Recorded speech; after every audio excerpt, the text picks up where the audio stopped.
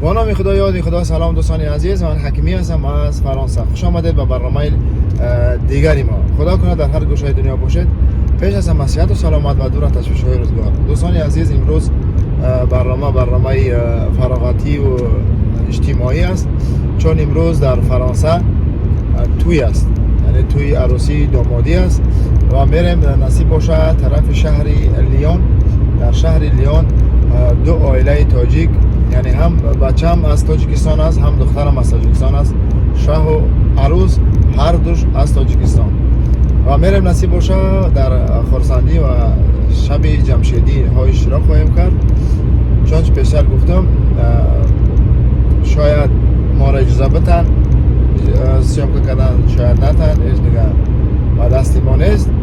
ولی میخواه گفتنیم که در فرانسه امروز توی است، توی تاجیکی.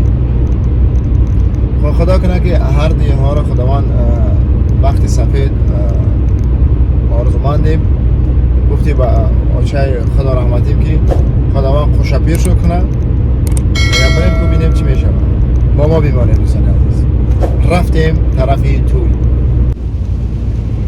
سلام دوباره دوستان عزیز. چنانچه گفتیم در فرانسه امروز توی است و متاسفانه یا خوشبختانه باران خیلی زیاد است. دیگه مده رفتیم به طرف توی ببینیم که در توی چی از سیمامی ها یا که چی چیزا ما برنوار کشیدن میتونیم بحر شما پیشکش کرده.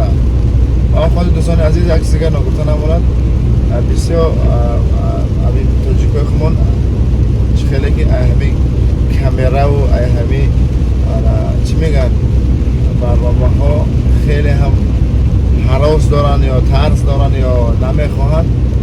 دیگر نمیفهم بریم که صاحب توی خانه اجازت میده صاحب توی که ما نوار بگیریم.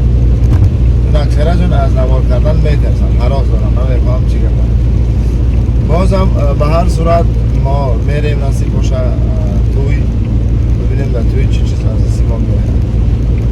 دیگه ما را منتظر باشید و همراهی کنید و آخر برنامه ببینیم که این برنامه چگونه جریان میگیره. با ما باشید. ما فعلا در سفر هستیم، در راه هستیم، طرف میریم توی خانه. دیگه باقی همراهی کنیم ما را دوستان عزیز، ببینیم چی میشه. ما فعلا در شاهراه هستیم. اینم از تونل باز داخل تونل شدیم و بریم طرفی سمتی شهری که در آن شهر توی است. با ما بیمانید. در فرانسه باشی و یک قهوه قدی، یک کراسان یا که از چی میگن کوچه خنده فرانسه که نخری ایز مزه نمیده و فکر نمیکنی در فرانسه. ما هم در راه در شهرها در جامعه کردم، هم زفرفته هم یک کپوت چای فگایی را بخوریم و بعد در صبح بریم طرفی توی خانه. هم در یک شهرهای بین شهرهای فرانسه میشه.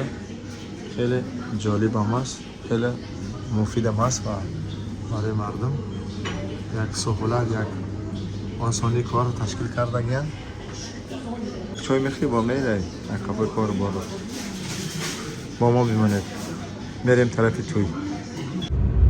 دوستان عزیز، سفرهای ما ادامه دارن و طرفی چنانچه گفتیم توی و نگفتن هماند که توی در شهر لیون فرانسه برگزار میگردن. شاه هم تاجیکه، چی میگن عروس هم دخترم تاجیکه. مثلا عائله تاجیک و هم قدر شدن. انشالله دیگه ما میریم در روز خرسندی برادرها و خواهر